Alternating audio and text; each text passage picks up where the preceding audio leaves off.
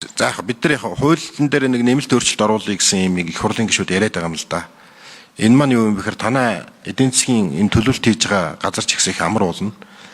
Би бас сайн ойлгуулж чадахгүй байх шиг байна. За хоёр дахь зүйл жишээ нь одоо энэ 5 жилийн төлөвлөгөө гэж үнэхээр байгаа бол мөрддөг бол 3 засгийн газар солигдоход 3 өөр төлөвлөгөөр нь орж ирж байгаа шүү. Хамгийн ихний засгийн газар бол энэ мега төслүүдэд явуулъя гэж итл дараагийн засгийн газар араа өөр төлөвлөлт оруулж ирсэн. Энэ удаагийн засгийн газар өөр төлөвлөгөө оруулж ирж байна.